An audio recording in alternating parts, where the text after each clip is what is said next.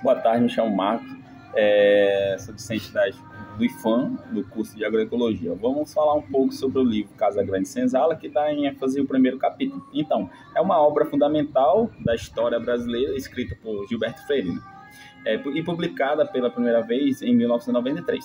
Neste livro, ele examina a formação da sociedade brasileira e através da interação entre colonizadores portugueses, africanos, escravizados e indígenas, O capítulo 3, Freire aborda as questões centrais da organização social e econômica do Brasil colonial e descreve detalhadamente a estrutura de Casa Grande e Senzala, os dois polos que simbolizam a dualidade social da época. Casa Grande era a residência do senhor de engenho, simbolizando poder, riqueza e autoridade. Freire não apenas retrata a arquitetura e cotidiano da Casa Grande, mas também discute como o espaço servia como núcleo e controle social e econômico. Ele examina como senhores e engenho gerenciavam suas propriedades e impacto dessa administração na vida cotidiana. Já a senzala era o ambojamento dos escravizados, que simboliza a opressão, e a exploração. Freire descreve as condições desumanas nas quais os escravizados viviam e trabalhavam. Ele analisa como a senzala representava não só espaço físico, mas também um local de resistência cultural e social. Apesar das dificuldades, os escravizados mantinham tradições e práticas culturais que, com o tempo, influenciam profundamente na cultura brasileira. Além disso, Freire abordava a dinâmica de poder entre Casa Grande e Senzala, mostrando como a escravidão moldava relações sociais, culturais, econômicas no Brasil. Ele argumenta também que a mestizagem resultante dessas alterações foi um fator-chave na formação da entidade brasileira, influenciando tudo, desde a culinária até a linguagem e costumes. No capítulo 3, Freire também discute as relações de gênero, a posição das mulheres na sociedade colonial.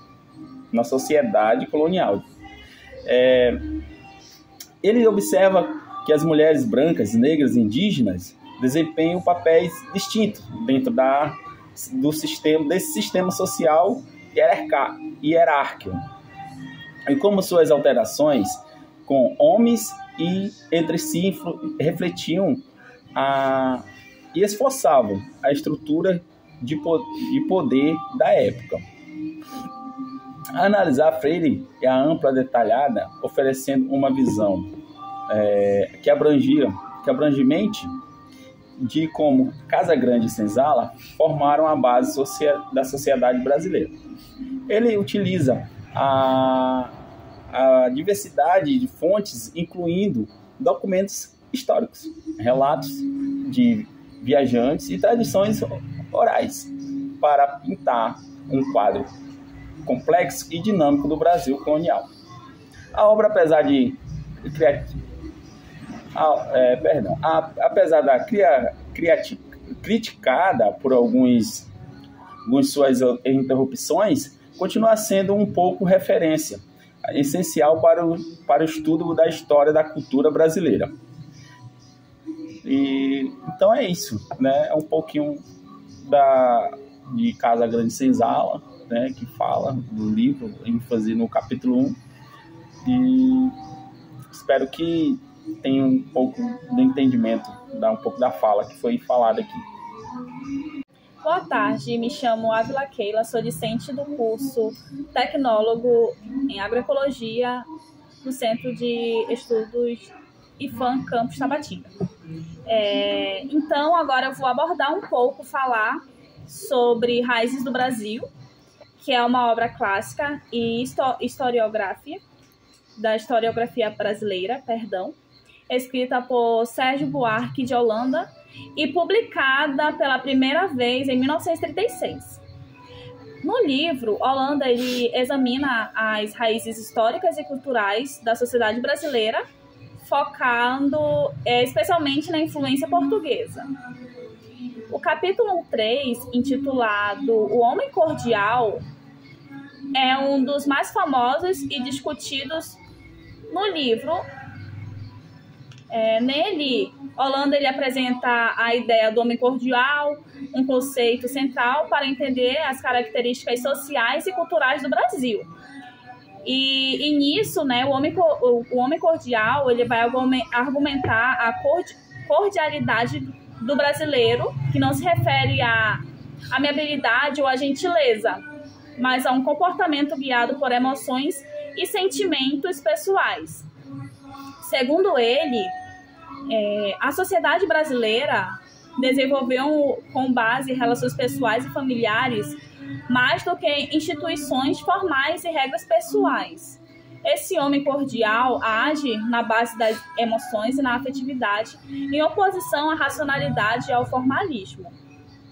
E ele traz também, além do homem cordial, a influência portuguesa, né? Que no capítulo ele vai explorar como a colonização portuguesa influenciou a formação desse traço cultural.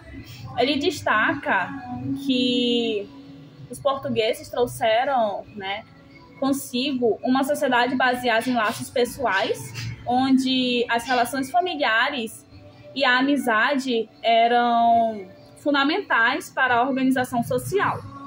Essa característica se refletiu na maneira como a sociedade brasileira foi estruturada e assim, né, privilegiando as relações pessoais sobre as estruturas institucionais. E com isso vai interar também a vida social e a política, que o conceito, né, de homem cordial é aplicado por Holanda para entender a dinâmica social e política do Brasil. Ele argumenta que a cordialidade influencia a maneira como os brasileiros se relacionam com o poder e as instituições. Em vez de uma separação clara entre público e o privado, as relações pessoais permeiam as esferas sociais, muitas vezes resultando em práticas como o nepotismo e o clientelismo. E também traz algumas críticas, onde a gente pode fazer algumas reflexões. Holanda ele discute as limitações com essas críticas e o conceito do homem cordial. Ele reconhece que essa característica pode levar a comportamentos prejudiciais, como a falta de profissionalismo e a dificuldade em estabelecer normas impessoais e eficientes. No entanto, ele também vê na cordialidade um traço que pode favorecer a adaptação e a flexibilidade nas relações sociais. E nisso tem uma importância e um legado, né?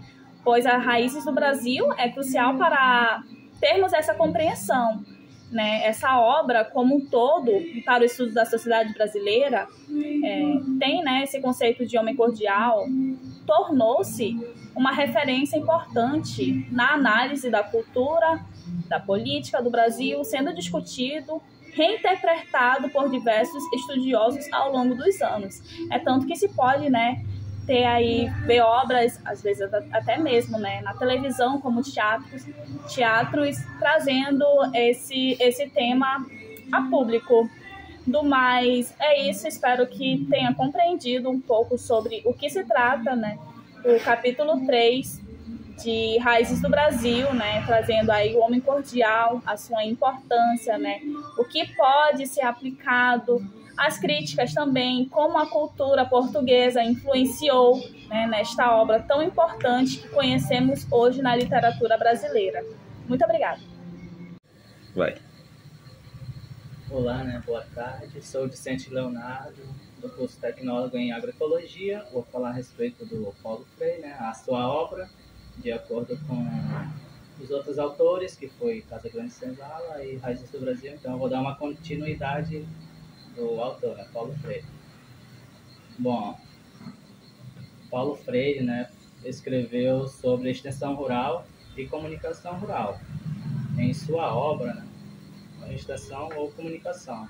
O livro aborda, né, e analisa a relação entre profissionais de extensão rural e os agricultores, né, criticando a abordagem tradicional de extensão. E ele considera que na lista, né, tecnocrática, né, na sua perspectiva de Freire, na extensão rural, Freire vem propondo, né, a abordagem de comunicação, diagnóstica, dialógica, em vez de uma simples extensão de conhecimento técnico. Então, o argumento de Freire, né, a extensão rural, deve ser um processo educativo que valoriza a participação ativa dos agricultores, né, promovendo um diálogo muito respeitoso. Então, Freire critica, né, a extensão tradicional por estabelecer, né, uma relação de superioridade entre o profissional e o agricultor. Então, semelhante, né, a relação entre o educador e os alunos, né, da educação bancária.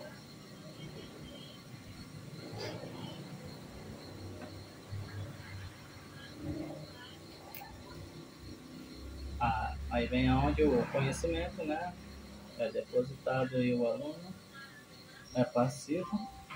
Então, Freire sugere, né, a abordagem não leva a uma verdadeira transformação social e agrícola.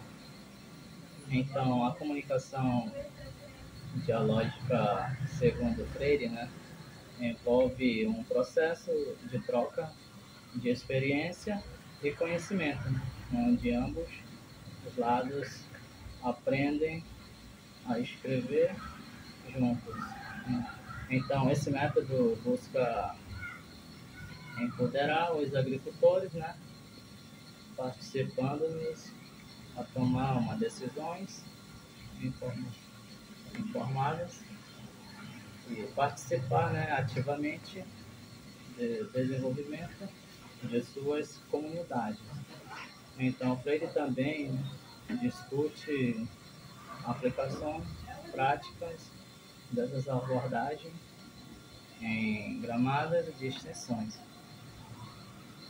em programas de extensões rurais, assim, destacando, né, a importância de métodos participativos, né, e a necessidade de uma mudança cultural dentro das instituições de extensões. E Freire também, né, enfatiza que a extensão rural deve ser vista como uma prática educativa que visa a transformação social e econômica, né, das comunidades rurais. Então, a obra de Freire, né, teve impacto significativo, né, na prática da extensão rural, influenciando a criação de programas, né, que adotam uma abordagem mais participativa, né, e dialógicas. Então, a sua visão contínua a ser uma referência, né, importante para profissionais e estudantes da área de extensão rural. E, enfim, né, assim aborda os três autores do livro, que é Freire, né, na comunicação e extensão rural, e Casa Grande Senzala e Raízes do Brasil. E obrigado pela atenção.